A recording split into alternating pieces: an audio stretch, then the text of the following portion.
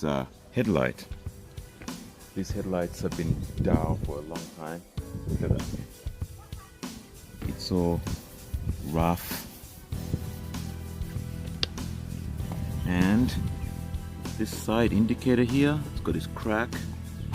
This was damaged through a hailstorm. One of the hailstones hit that and cracked it. I haven't fixed it. I've had a replacement one sitting in the back right here, straight from Audi. Original part from Audi. There you go. Look at that. This is the original part from Audi themselves. Look at that, fresh rubbers on it.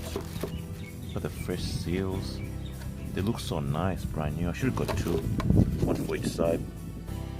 Now I've got one really clean one, and the other side is not as clean, but it's decent. So the idea is to get that one off, put this one in its place, sand, polish this light here, and hopefully it'll look wonderful once again, like it should. So what I'm gonna do is pretty much I'm just gonna rest that there. Hope the wind doesn't knock it over and crash that. So I've already loosened the bolts. There's only one screw inside. On the other side, I've already done this on the other side. I need that. So yeah, there's a screw that goes in through this gap here, and I'll just show it to you in case you got one of these cars. It's like a secret bolt. You don't normally see it, but to get to it, you either have to go through here, or on yours it might be through here. There's a gap. So just look down in there and you'll see a screw. And that screw pretty much is that one right there. And you just get your screwdriver and you twist to get it out. So that's what I'm gonna do. So I've already got this side. Actually, unfortunately, doesn't actually have that screw in there anymore. It's been removed, it's gone.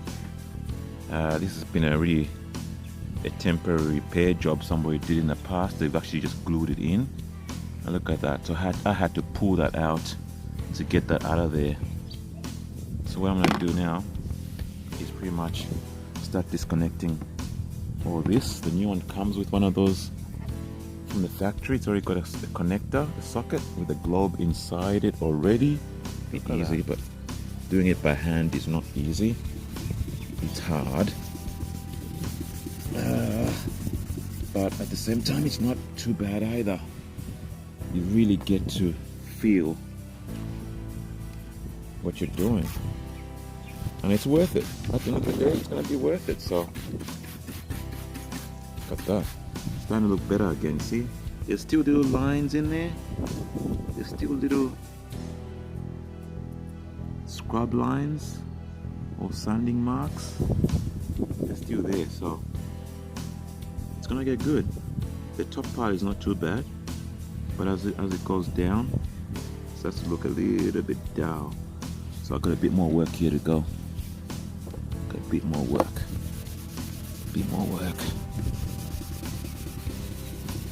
So I'm gonna continue until I get all those marks out of there.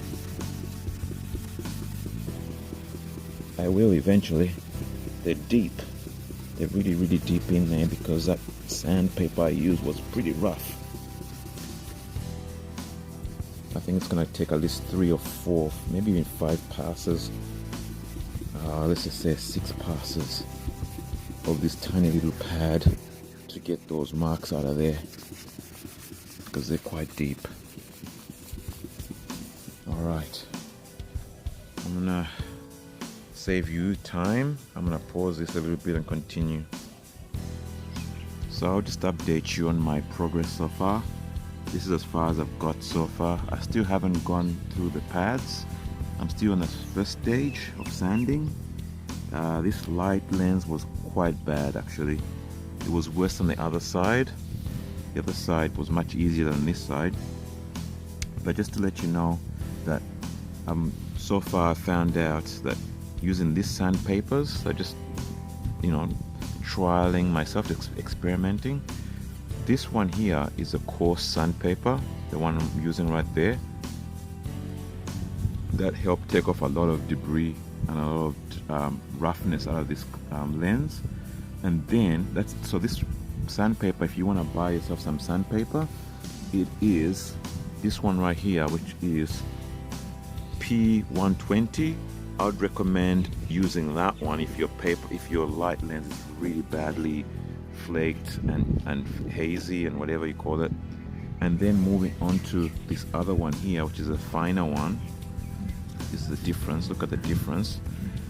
So this one, and then moving on to P1000, which is the finer one.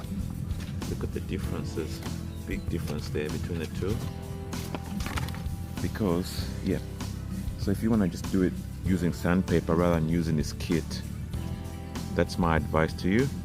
And then obviously, after you've done all that, you might want to use P1500 to finish it off, and then obviously you'd use a polish. So I'm gonna go ahead and try all these things, and then I'll let you know, I'll update you. Alright guys, I've got progress now. Now I'm really back on track. I'm using number 2, and it's starting to look bright, it's starting to look clear the way it should. I really had to cut a lot of material to get to this level. Now I'm really happy with where I'm going and where I'm at, because now I'm really getting through the materials, and I can see daylight, or I can see light, clean light through this glass, through this lens. So now there's really all this masking tape that's sitting around. Make sure the whole area is a bit dry. You don't want to leave these masking tapes on here because they tend to stick to paint very quickly if you leave them overnight in the sun. Look at that. I'm happy with that. So now after you dry it, the next thing is to let it dry a little bit more, just to let it air dry to make sure that it is fully dry. I might even use some cloth or tissue just to go over that, make sure it's fully clean, and then I'll show you how to use the sealant. Oh no, that's not the sealant. Wherever the sealant is, I will use the sealant. Now I'm putting this polish on, a little bit on a rag, and work it in like so. Rub it in for a few minutes and just go in circular motions like that. Wipe it off clean with a clean rag, and then apply the sealant. Alright, a few cars moving around. My brother over there is busy with his wife. Oh, shifting their cars. It's time for a bit of coffee. Actually, it's not coffee, it's tea. I don't drink coffee. Well, the weather has stopped everything. It's time to rain now. So it's time to pack it all up. And it looks like I'll have to continue tomorrow. So anyway, thank you for joining me on my Audi adventures repair. Yeah, so tomorrow I think I'll just put on that lacquer, finish it off nicely, and see how it looks. But so far I'm really happy with the shine at the glass.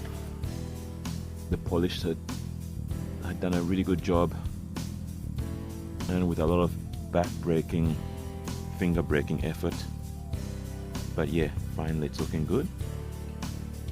It's gonna look even better once I put the sealant in, you know, or the lacquer on top of all that sanding I did. And that cup of tea was nice. Time to go in the house.